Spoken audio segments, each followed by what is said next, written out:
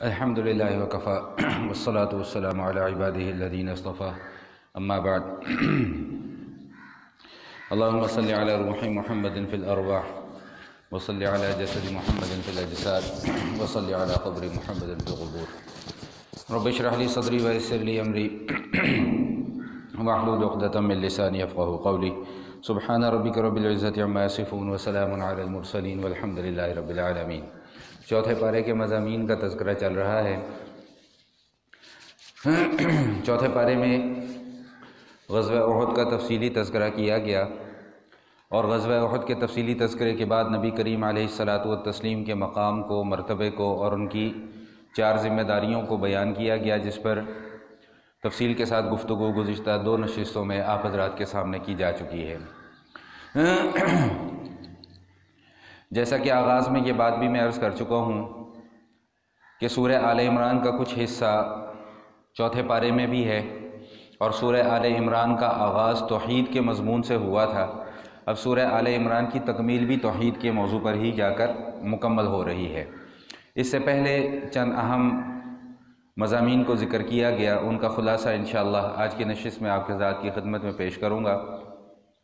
جب غزوہ احد سے فراغت ہو گئی اور اللہ تعالیٰ نے اہل ایمان کو فتح عطا فرمائی، تو اب کفار نے مسلمانوں کے خلاف ان کو مرعوب کرنے کے لیے ایک پروپیگنڈے کا آغاز کیا، اور وہ پروپیگنڈا یہ کیا کہ جی کفار بڑی تیاریاں کر رہے ہیں اور پہلے سے زیادہ ساز و سامان خرید رہے ہیں، اور اب کے مسلمانوں کو وہ یوں کر دیں گے، ختم کر دیں گے، ان کو جڑ سے اکھاڑ دیں گے۔ تو ظاہری سی بات ہے کہ انسان طبیعتاً فطرتاً کمزور ہے، تو کہیں ایسا نہ ہو کہ یہ لوگ ان کی ان دھمکیوں سے مرعوب ہو جائیں یا ان کا رعب ان کے اوپر پڑ جائے۔ تو اللہ تعالیٰ نے پہلے ہی اہل ایمان کی تسلی کروا دی کہ تم کو ان کی ان دھمکیوں سے مرعوب ہونے کی ضرورت نہیں ہے، بلکہ تم یہ کلمات اپنی زبان سے ادا کرو، حسبنا اللہ ونعم الوکیل، ہمارے لیے اللہ ہی کافی ہے اور اللہ تعالیٰ ہمارے بہترین کارساز ہیں۔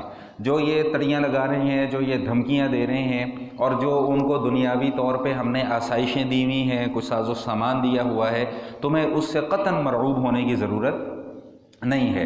چنانچہ روایات میں آتا ہے کہ جب غزوہ احد سے فراغت ہوئی اور ابو سفیان اپنا لشکر لے کر جب واپس جا رہے تھے، تو کچھ دور جا کر ان کو یہ احساس ہوا کہ ہم نے غلطی کی، ہمیں واپس آنا چاہیے تھا اور مسلمانوں پر حملہ کرنا چاہیے تھا، لیکن اللہ تعالیٰ نے نبی کریم علیہ الصلاۃ والتسلیم کا ایسا رعب ان کے اوپر مسلط کر دیا کہ وہ وہیں سے واپس ہو گئے۔ تو خود آقا کریم علیہ الصلاۃ والتسلیم نے ارشاد فرمایا کہ اللہ تعالیٰ نے مجھے جو خصوصیات عطا فرمائی ہیں، ان میں سے ایک خصوصیت یہ بھی ہے کہ 1 ماہ کی مسافت پر دشمن پر کے دل پر اللہ تعالیٰ نے میرا رعب مسلط کر دیا ہے۔ تو یہ نبی کریم علیہ الصلاۃ والتسلیم کی خصوصیت تھی۔ اچھا، اب یہاں پر جو ایک دوسرا بڑا اہم مضمون ذکر کیا گیا وہ یہ کہ کفار کو ظاہری طور پہ جو ہم نے آسائشیں دی ہیں، جو اللہ پاک کی طرف سے ان کو نعمتیں ملی ہوئی ہیں، اور مال و دولت کی کثرت ہے، اسباب کی کثرت ہے، تو یہاں پر اہل ایمان کو ایک بات یہ سمجھائی جا رہی ہے کہ کسی کے پاس ظاہری نعمتوں کا ہونا یہ اس بات کی دلیل نہیں ہے کہ اللہ اس سے خوش بھی ہے۔ ہم لوگ تو یہ سمجھ بیٹھتے ہیں نا کہ جی فلاں کے پاس بڑا کچھ ہے تو پتہ نہیں اللہ کے اس کے اوپر کتنا انعام ہے، تو اللہ کا انعام تو ہے، لیکن وہ دنیاوی انعام ہے، اللہ راضی ہے کہ نہیں ہے یہ نہیں پتہ، اور نہ ہی خوشحال دنیاوی خوشحال زندگی اس بات کی دلیل ہے کہ اللہ راضی ہے۔ اللہ تو کسی کو اگر کچھ دے رہے ہیں تو وہ بھی امتحان ہے، اور اگر کسی سے کچھ لے رہے ہیں تو وہ بھی امتحان ہے۔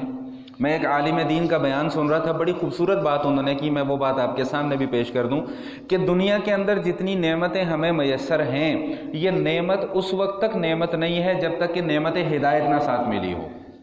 اب مال ہے، مال کا ہونا یہ ایک اللہ کی نعمت ہے، لیکن مال کو کہاں پر خرچ کرنا ہے، کیسے خرچ کرنا ہے، کیسے کمانا ہے، اگر اس بات کی تمیز ہی نہیں ہے، حلال اور حرام کے درمیان میں کوئی امتیاز ہی نہیں ہے، بس جو آ رہا ہے ہڑپ کرتے جاؤ، جو آ رہا ہے دگڑ مگڑ اس کو چلاتے جاؤ، تو یہ مال پھر نعمت نہیں رہتا، یہ مال پھر زحمت بن جاتی ہے، کیونکہ پھر اس کا جا کر حساب دینا پڑے گا اور اس کے متعلق پوچھ تاچھ ہوگی کہ ہم نے تو تمہیں یہ نعمت دی تھی لیکن تم نے اس کو صحیح طریقے پہ خرچ نہیں کیا۔ اب ایک آدمی ہے، اس کو اللہ تعالیٰ مال دیتے ہیں، وہ اللہ کے راستے میں خرچ کر رہا ہے، غریبوں کی بھی مدد کر رہا ہے، زکوٰۃ بھی ادا کر رہا ہے، صدقات بھی دے رہا ہے، سب کچھ کر رہا ہے، تو یہ مال اس کے لیے نعمت ہے۔ ایک آدمی ہے، اس کے پاس اللہ پاک نے نعمتیں بے شمار، اس کو اللہ پاک نے مال عطا فرمایا ہو، لیکن وہ مال کہاں پر خرچ کر رہا ہے؟ وہ جاتا ہے رات کو نائٹ کلب میں جاتا ہے، ہزاروں لاکھوں روپے وہاں پر اڑا کے آ جاتا ہے، بسنت پہ جا کے جو ہے وہ گڈیاں بنوا کے تو وہاں پہ اڑا دیتا ہے، اور بے تحاشا فضول خرچیاں کرتا ہے۔ تو یہ مال اس کا نعمت نہیں ہوگا بلکہ یہ زحمت ہوگی۔ تو کسی کے پاس بھی خوشحال زندگی کا ہونا یہ اس بات کی دلیل نہیں ہے کہ اللہ اس سے راضی بھی ہیں۔ تو کفار کو جو ہم نے زندگی کے اندر خوشحالیاں دی ہوئی ہیں، یہ اس بات کی دلیل نہیں ہے کہ اللہ تعالیٰ آخرت میں بھی جا کر ان سے راضی ہوگا۔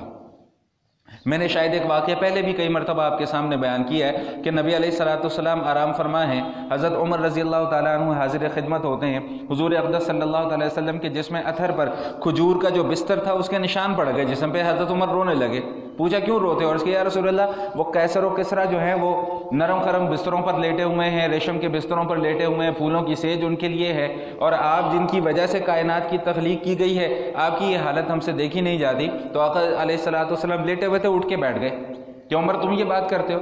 ان کو یہ ساری کی ساری نعمتیں اللہ پاک نے دنیا میں دی ہیں، اور ہمارے لیے یہ ساری کی ساری نعمتیں اللہ تعالیٰ نے آخرت میں رکھی ہوئی ہیں۔ تو مومن کی جو منزل مقصود ہے وہ آخرت ہے، وہ دنیا نہیں ہے۔ دنیا بقدر ضرورت ہے، دنیا اللہ پاک نے ہمیں یہاں پہ ضرورت کے لیے بھیجا ہوا ہے کہ آؤ اپنی ضرورت پوری کرو اور یہاں سے چل دو۔ تو یہاں پر یہ چوتھے پارے کے اندر یہ مضمون بڑا اہم ذکر کیا گیا ہے کہ وَلَا يَحْزُنْكَ الَّذِينَ يُسَارِعُونَ فِي الْكُفْرِ إِنَّهُمْ لَن يَضُرُّوا اللَّهَ شَيْئًا، کہ یہ جو ان کے اوپر مال اور اسباب کی بارش ہم نے کی ہوئی ہے، یہ مال و اسباب اللہ کا کچھ نہیں بگاڑ سکتے۔ مال و اسباب کی وجہ سے یہ لوگ اللہ کا کچھ نہیں بگاڑ سکتے۔ وہ نمرود تھا نا، نمرود کے پاس بھی مال و دولت تھی، بادشاہت تھی، خدائی کا دعویٰ کیا، تو اس نے اس دولت کے نشے میں اتنا وہ مخمور ہو گیا تھا کہ اس نے ایک دن یہ کہہ دیا کہ جی میں تو خدا سے جنگ کروں گا۔ فرعون نے بھی کہہ دیا جی بہت بڑی عمارت بناؤ، جا کے میں موسیٰ کے خدا سے جا کر جنگ کر کے آؤں۔ کہاں رہتا ہے وہ؟ آسمانوں کے اوپر رہتا ہے، میں جا کے جنگ کر کے آؤں۔ تو یہ ایسی دولت نعمت نہیں ہے، یہ دولت پھر زحمت بن جاتی ہے۔ تو یاد رکھیے گا یہ جملہ میرا کہ نعمت اس وقت تک نعمت نہیں ہے جب تک کہ نعمت ہدایت ساتھ نہ ہو۔ نعمت ہدایت ہوگی تو ہر نعمت ہے، وگرنہ ہر نعمت جو ہے وہ پھر زحمت بن جاتی ہے۔ یہی وجہ ہے کہ فقہاء کرام نے مسئلہ لکھا ہے کہ اگر جو کفار ہیں ان کے پاس جو فراوانی ہے، ان کے پاس جو عیش و عشرت ہے، ان کو دیکھ کر اگر اہل ایمان بھی یہ سمجھتے ہیں کہ جی یہ بہت اچھے ہیں، تو اہل ایمان کے لیے ایسا خیال دل کے اندر لانا بھی حرام ہے۔ یہ فقہاء نے مسئلہ لکھا ہوا ہے کہ کافروں کی اور فاسقوں کی موج مستیوں کو دیکھ کر اہل ایمان کے دل کے اندر یہ خیال آ جانا کہ جی یہ لوگ کتنے اچھے ہیں، یہ حرام ہے، یہ حرام ہے۔ مومن کی یہ شان نہیں ہے۔ مومن کی تو شان یہ ہے کہ اللہ جس حال میں رکھے بس راضی رہو۔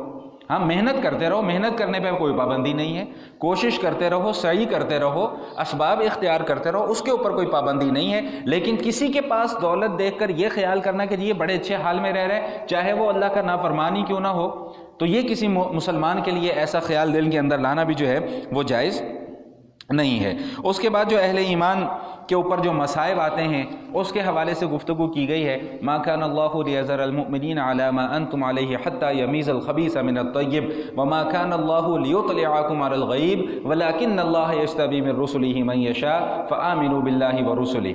یہاں پہ جو مسئلہ بیان کیا گیا ہے وہ یہ ہے کہ جو اہل ایمان کے اوپر تھوڑے بہت مصائب آئے ہیں، یہ مصائب کا آنا اس بات کی دلیل نہیں ہے کہ اللہ ان سے ناراض ہے۔ دیکھیں دونوں باتیں آ گئیں۔ پہلی بات یہ کہ کافروں کے پاس مال ہے تو ان کے پاس مال کا ہونا اس بات کی دلیل نہیں کہ اللہ ان سے خوش ہے، اور اہل ایمان کے پاس مال نہیں ہے تو ان کے پاس مال کا نہ ہونا اس بات کی دلیل نہیں کہ اللہ ان سے ناراض ہے۔ اب نبی کریم صلی اللہ تعالیٰ علیہ وسلم خود ایک موقع پہ ارشاد فرمایا کہ اشد الناس بلاء الانبیاء، کہ لوگوں میں سب سے سخت آزمائشیں جن ہستیوں پر آتی ہیں وہ انبیاء کرام کی ہستیاں ہیں، اور نبیوں میں سے بھی جو سب سے سخت آزمائشیں آئیں وہ مجھ پر آئیں۔ خود نبی پاک صلی اللہ علیہ وسلم نے یہ بات ارشاد فرمائی۔ تو اب نعوذ باللہ ثم نعوذ باللہ، کیا اللہ تعالیٰ حضور اقدس صلی اللہ علیہ وسلم سے ناراض تھے جو ان کو مصائب کے اندر مبتلا کیا؟ حضرت ابراہیم علیہ السلام اللہ کے کتنے برگزیدہ پیغمبر ہیں، اللہ کا خلیل ہیں، خلیل اللہ کا لقب دیا، آگ میں پھکوایا، تو کیا خدا نہ خواستہ اللہ ان سے ناراض تھے جو آگ میں پھکوایا؟ آگ میں پھینکوایا اور بے شمار مصائب آئے، بال بچوں کو چھڑوایا، بچے کے گلے کے اوپر چھری چلوائی، سب کچھ کروایا، تو کیا یہ اللہ تعالیٰ کی ناراضگی تھی؟ نہیں، یہ اللہ کی ناراضگی نہیں تھی، یہ اللہ تعالیٰ نے آزمائشوں میں اس لیے مبتلا کیا کہ اللہ تعالیٰ ان کے درجات کی بلندی چاہتے تھے کہ ان کا مرتبہ اور مقام بلند ہو۔ یہ اللہ کا ایک قانون ہے کہ مصائب اور مشکلات آنے کی وجہ سے اہل ایمان کے درجات اللہ تعالیٰ بلند فرماتے ہیں۔ اور ایک حدیث میں تو یہاں تک یہ مضمون بیان کیا گیا ہے، مفہوم ہے، اللہ پاک کمی بیشی معاف فرمائے، کہ ایک انسان ہے، اس کا ایک مقام اور مرتبہ اللہ کے یہاں مقرر ہے کہ بھئی اس کو میں نے یہ مقام اور مرتبہ دینا ہے، لیکن اس کے اعمال کمزور ہیں، اس کے اعمال اتنے اچھے نہیں ہیں کہ جن کی بدولت اسے وہ مقام اور مرتبہ مل جائے، تو اللہ پاک کی طرف سے پھر اس شخص کو آزمائشوں میں مبتلا کیا جاتا ہے تاکہ جو اعمال میں کمی رہ گئی ہے وہ ان آزمائشوں کی وجہ سے وہ کمی دور ہو جائے اور اللہ تعالیٰ اس بندے کو اونچے سے اونچے درجات اور بلند مقامات پر پہنچا دیں۔ تو جو اہل ایمان کے اوپر بھی مصائب آتی ہیں، یہ اس لیے نہیں آتے کہ خدا نخواستہ اللہ ان سے ناراض ہے، نہیں، یہ مصائب اس لیے آتے ہیں تاکہ حق اور باطل کا فیصلہ ہو جائے، تاکہ اس بات کی تمیز ہو جائے کہ کس کے دل کے اندر خالص ایمان ہے اور کس کے دل کے اندر منافقت ہے، تاکہ دودھ کا دودھ اور پانی کا پانی ہو جائے۔ اتمام حجت ہے، اللہ پاک تو سب کچھ جانتے ہیں، اللہ کو یہ ہیلے بہانے کرنے کی ضرورت نہیں ہے، لیکن اتمام حجت کرنے کے لیے کہ کل قیامت والے دن کوئی بندہ جا کر اللہ کے سامنے حجت نہ پیش کر سکے، اس کے اعمال اس کے سامنے کھلے پڑے ہوں گے، اس کے سارے معاملات اس کے سامنے کھلے پڑے ہوں گے، تو وہ اللہ سے حجت بازی نہیں کر سکے گا کہ یا اللہ یہ آپ نے میرے ساتھ یوں کر دیا، تو آپ نے میرے ساتھ یوں کر دیا، تو اللہ پاک فرمائیں گے کہ بھئی ہم نے تو دنیا میں بھیجا ہی اسی لیے تھا، آزمائش کے لیے، تم آزمائش پر پورے نہیں اترے لہٰذا تمہارے ساتھ یہ معاملہ ہوا۔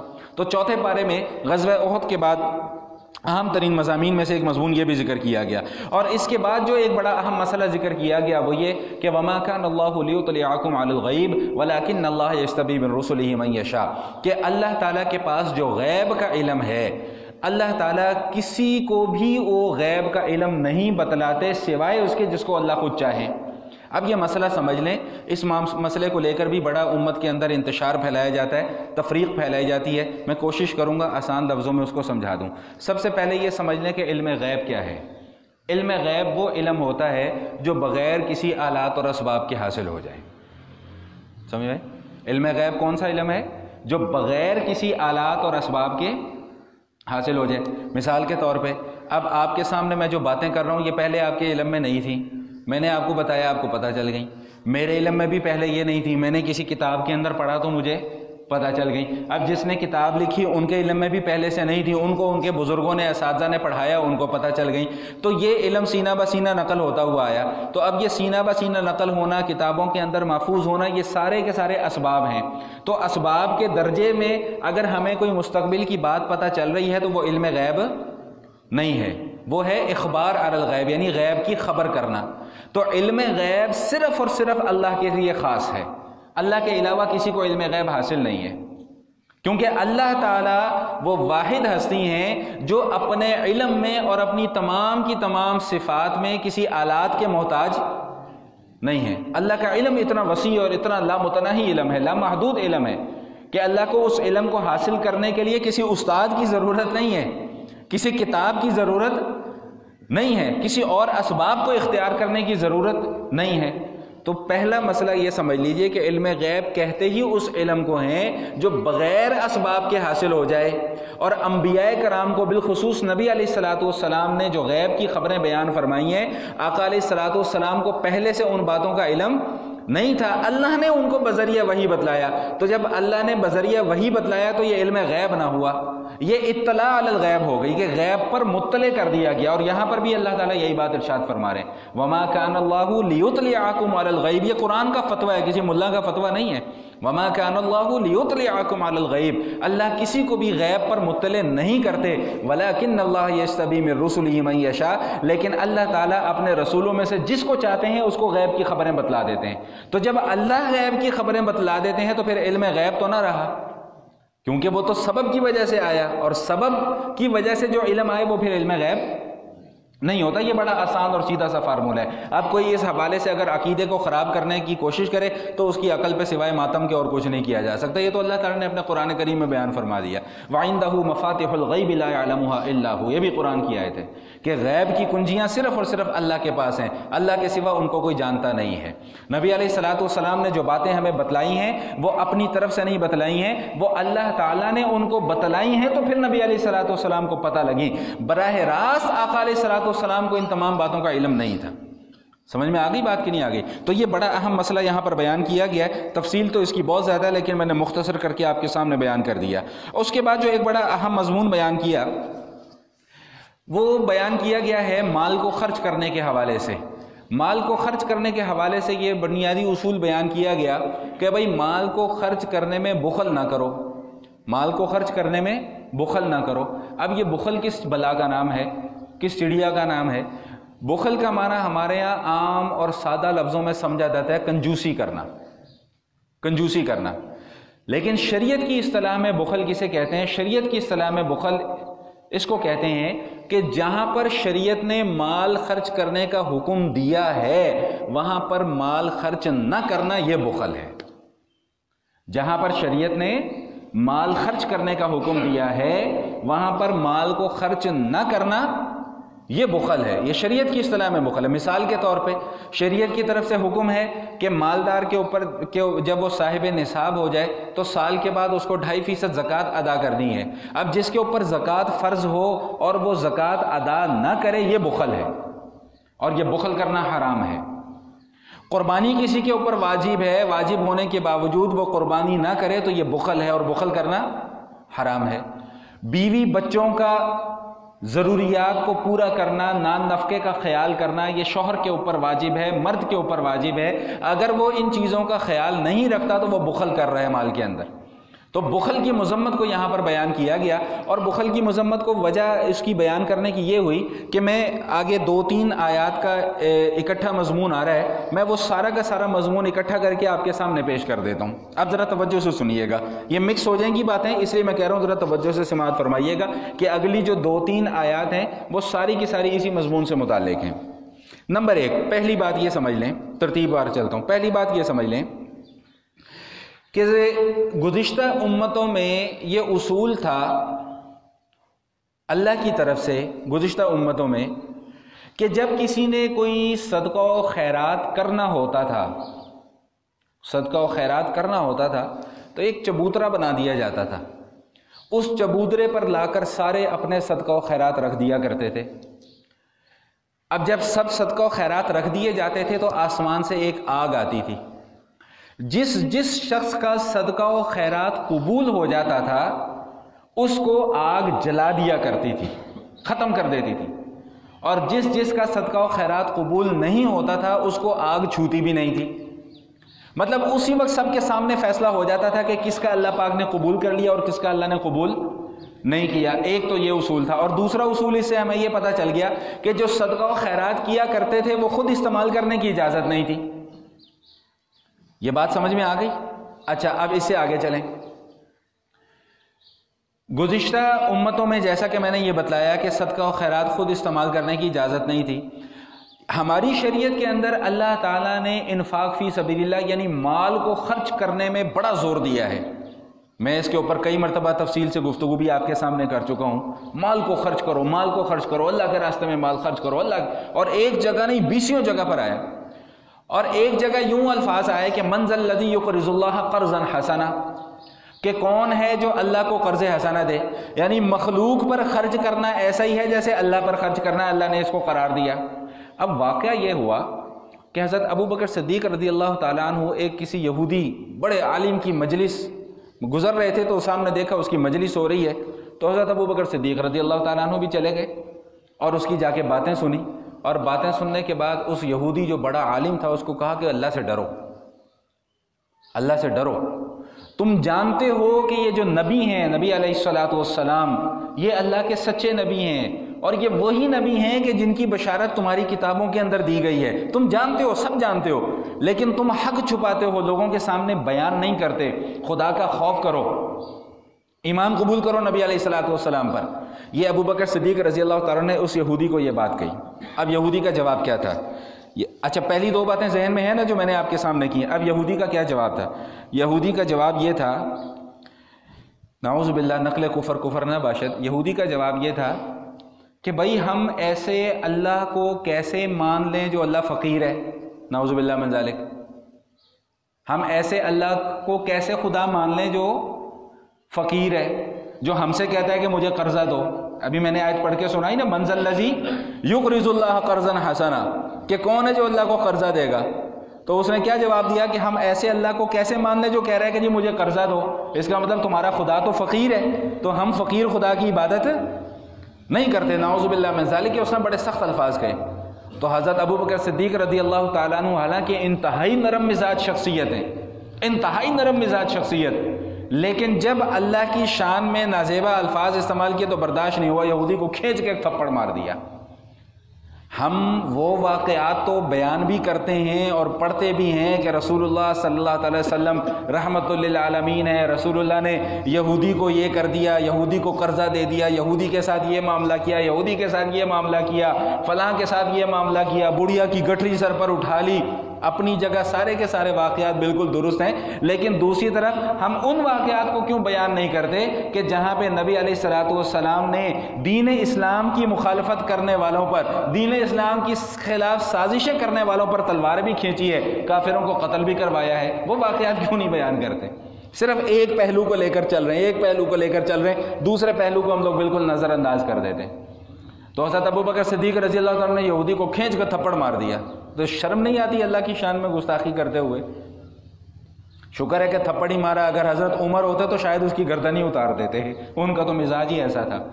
تو خیر وہ یہودی شکایت لے کے آیا نبی علیہ الصلوۃ والسلام کے پاس کہ دیکھو جی آپ نبی ہو، یہ آپ کا ساتھی ہے، اس نے یہ کیا میرے ساتھ، تھپڑ مار دیا مجھے.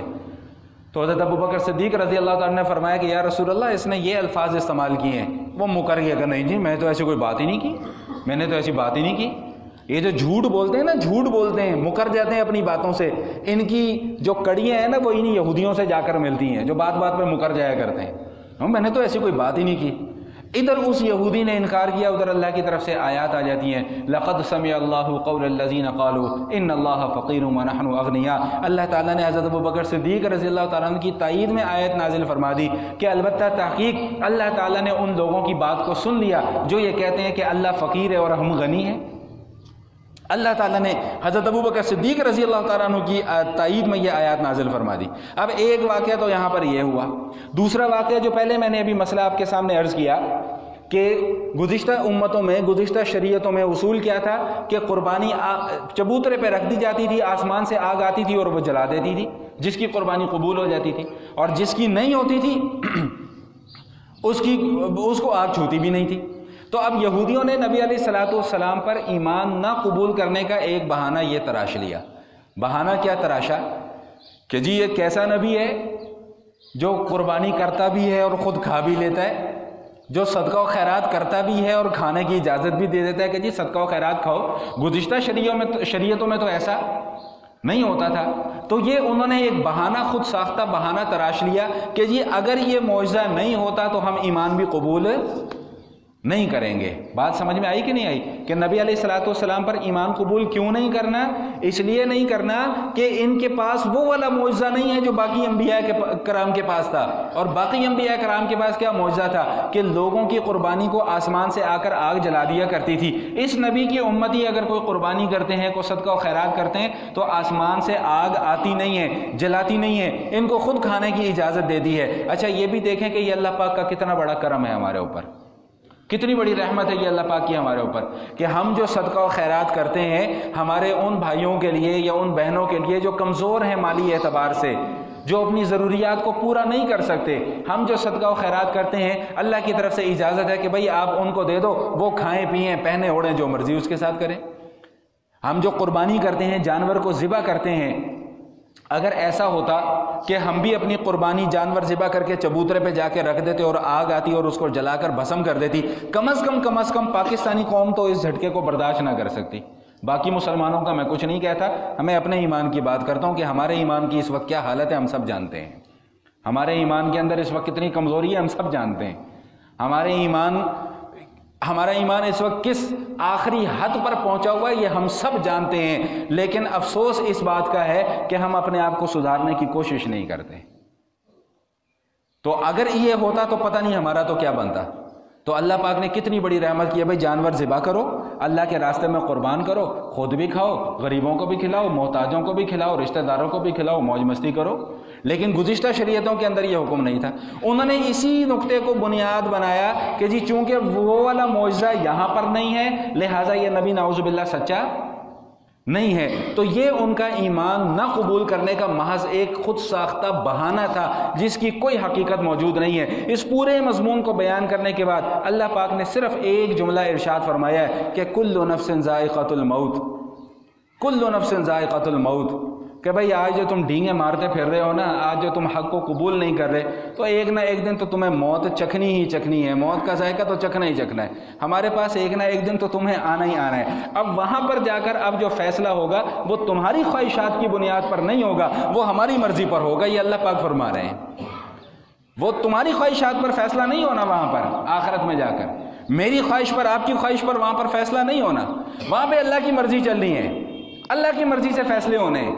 اور اللہ کی مرضی کیا ہے کہ فمن زحزح عن النار وادخل الجنۃ فقد فاز۔ بھائی ہماری نظر میں تو کامیاب وہ ہے جو یہاں پر ایمان اور نیک اعمال لے کر کے آخرت میں ہمارے پاس ایمان اور نیک اعمال کا ذخیرہ لے کے آئے گا، آگ سے بچا لیا جائے گا، وہ تو ہماری نظر میں کامیاب ہوگا، اور جس کے مقدر میں آگ لکھ دی گئی ہماری نظر میں وہ کامیاب نہیں ہے۔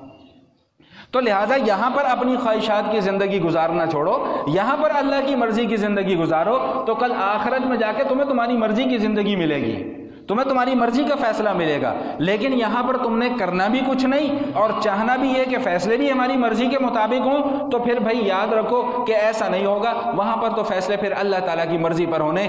آج تم ایمان قبول نہیں کرتے، نہ کرو، خود ساختہ بہانے تراشتے ہو، تراشتے رہو، لیکن کل اللہ کے حضور تو تمہیں بہرحال پیش ہونا ہی ہونا ہے۔ اللہ تعالیٰ نے اس پورے کے پورے مضمون کو بیان کرنے کے بعد صرف ایک جملہ یہاں پر اس بات پہ ارشاد فرما دیا، اور اس کے بعد ایک بڑا اہم مسئلہ بیان کیا گیا کہ تمام کے تمام اہل کتاب علماء سے اور انبیاء کرام سے جو اس زمانے میں آئے ہیں، ان کے علماء سے وعدہ لینے والے ان کے انبیاء تھے، اور وعدہ کیا لیا گیا تھا کہ بھائی نبی آخر الزمان صلی اللہ تعالی وسلم کا جب بھی ظہور ہو جائے گا سارے اپنی شریعت کو خیر باد کہیں گے اور آقا علیہ الصلوۃ والسلام کی شریعت پر عمل پیرا ہو جائیں گے۔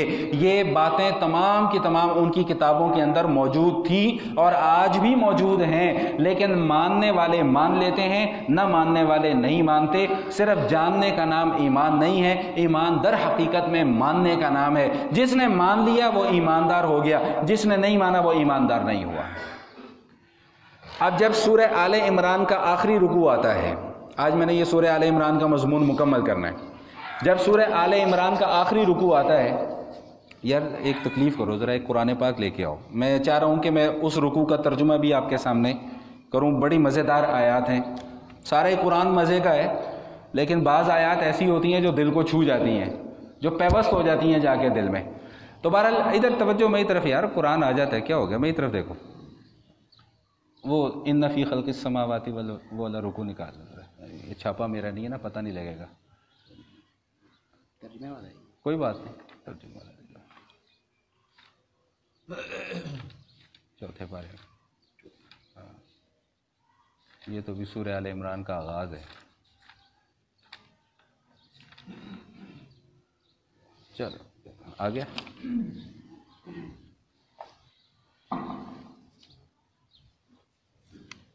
اچھا بھائی،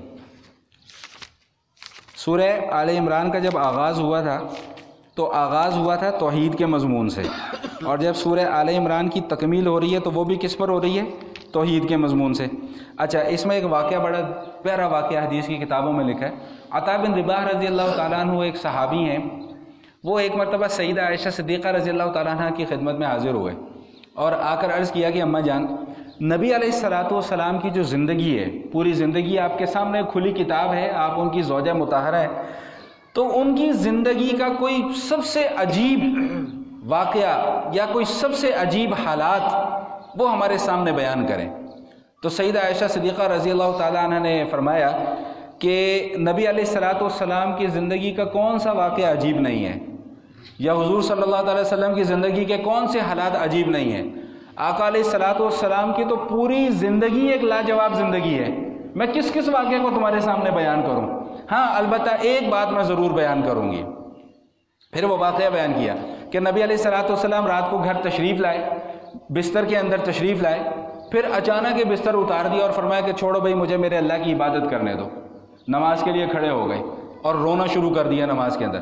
فرمایا اتنی دیر روتے رہے، اتنی دیر روتے رہے کہ داڑھی مبارک جو ہے وہ آنسوؤں سے تر ہو گئی. پھر رکوع میں چلے گئے، رکوع میں اتنی دیر روتے رہے کہ داڑھی مبارک تر ہو گئی. پھر سجدے میں چلے گئے، سجدے میں اتنی دیر روتے رہے کہ داڑھی مبارک تر ہو گئی.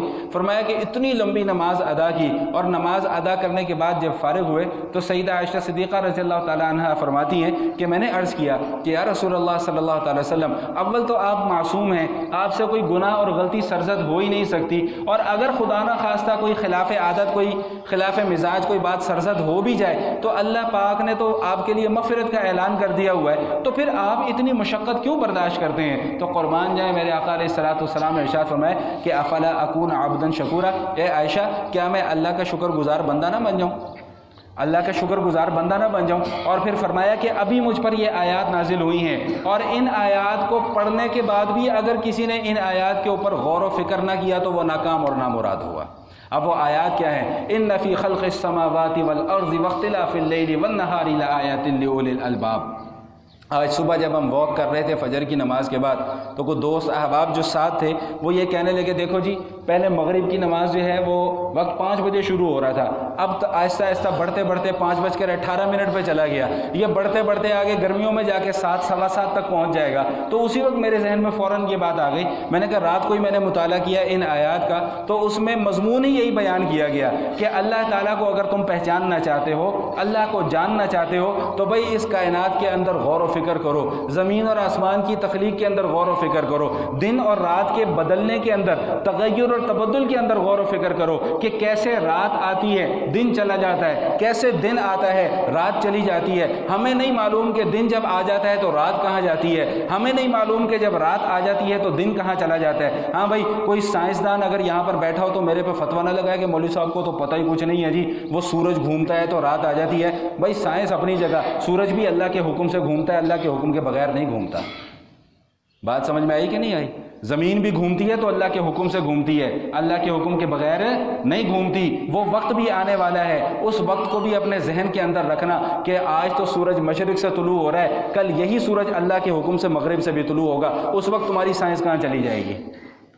کچھ لوگ آتے ہیں نا بس اوقات جن کا کام ہی مولویوں کے اوپر تنقید کرنا ہوتا ہے، بس تنقید برائے تنقید، مخالفت برائے مخالفت. وہ کئی مرتبہ ایسا ہوتا ہے کہ میں یہاں پہ کوئی باتیں آپ کے سامنے اس طرح کی بیان کرتا ہوں تو مجھے دور دراز سے اعتراض کو سننے کو ملتا ہے، لو جی دنیا کہاں سے کہاں پہنچ گئی، مولوی صاحب ابھی تک مسواک رگڑنے پہ لگے ہوئے ہیں، دنیا چاند پہ پہنچ گئی ہے، مولوی صاحب ابھی یہاں پر بیٹھے ہوئے. بھائی یہ تو بالکل ایسا ہی ہے کہ کوئی کسی وکیل سے جا کر یہ کہے کہ بھائی وکیل صاحب دنیا تو چاند پہ پہنچ گئی، آپ ابھی تک ہائی کورٹ کے اندر کیس لڑ رہے ہو. تو بھائی چاند پہ جا کے کیس لڑے، دنیا یہاں پر آباد ہے تو ہم نے یہیں پر رہ کر کام کرنا ہے، چاند پر جانا کوئی ہمارے لیے فرض نہیں ہے. تو بات سمجھ میں آ گئی کہ نہیں آ گئی؟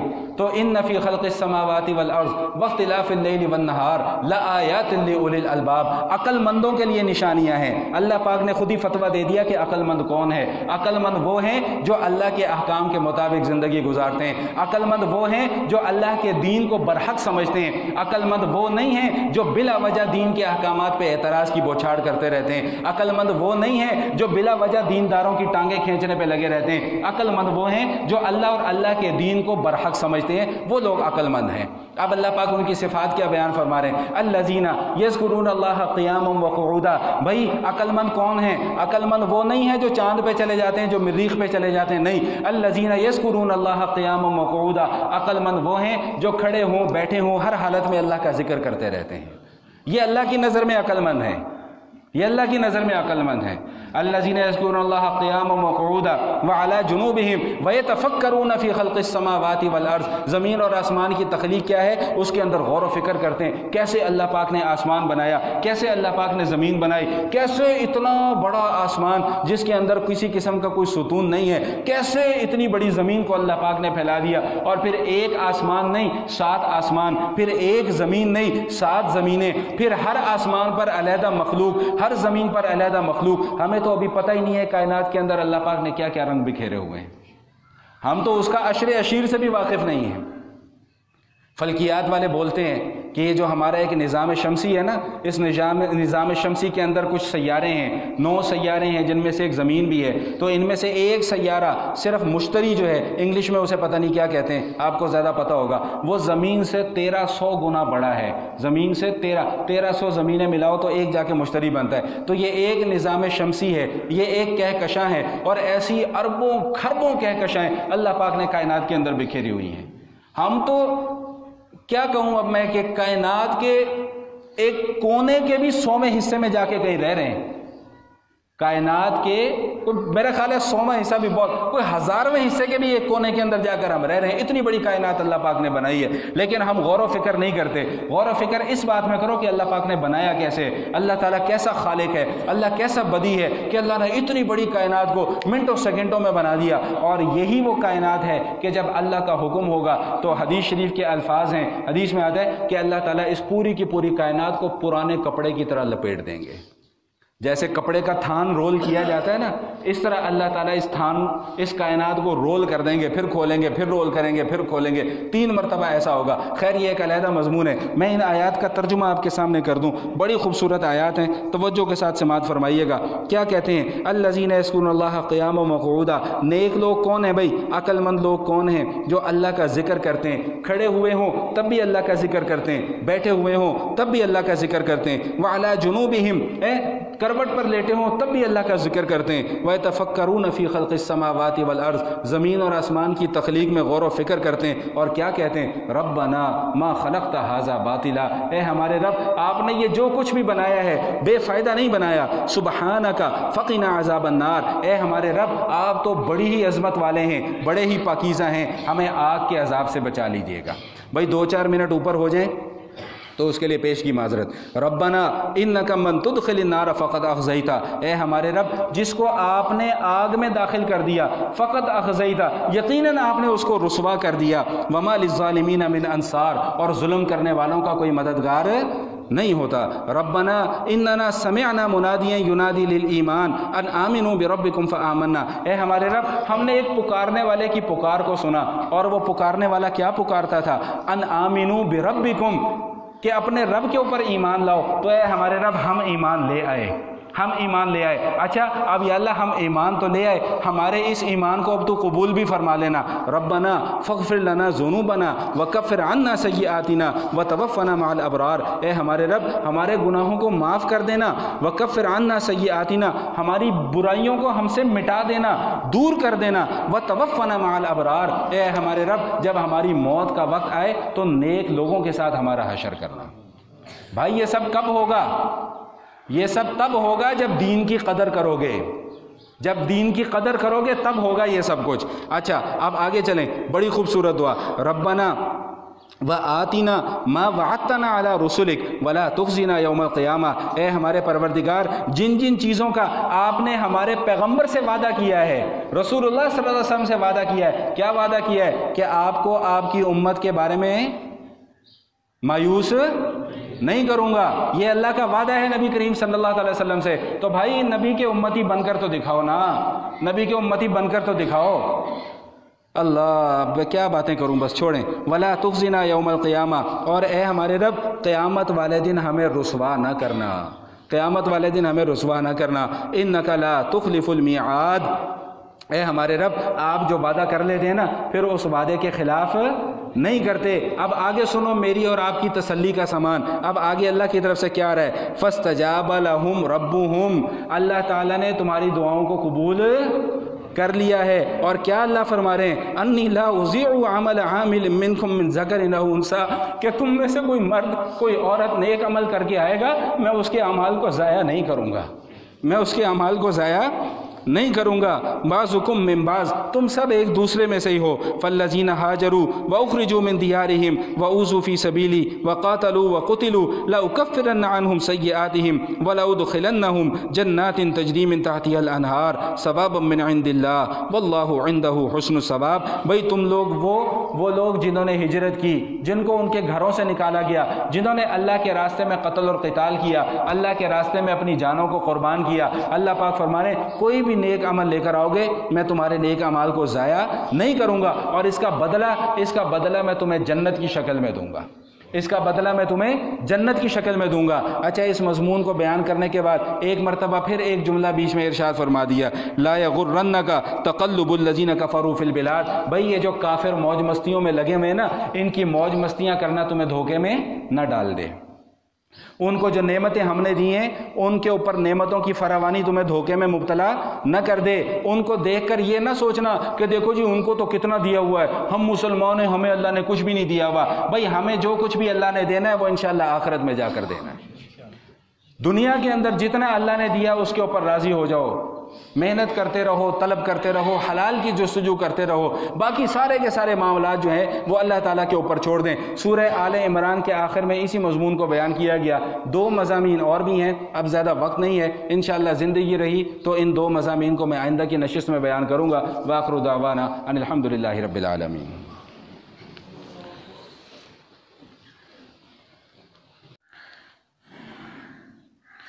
الحمدللہ وکفی والصلاۃ والسلام علی عبادہ۔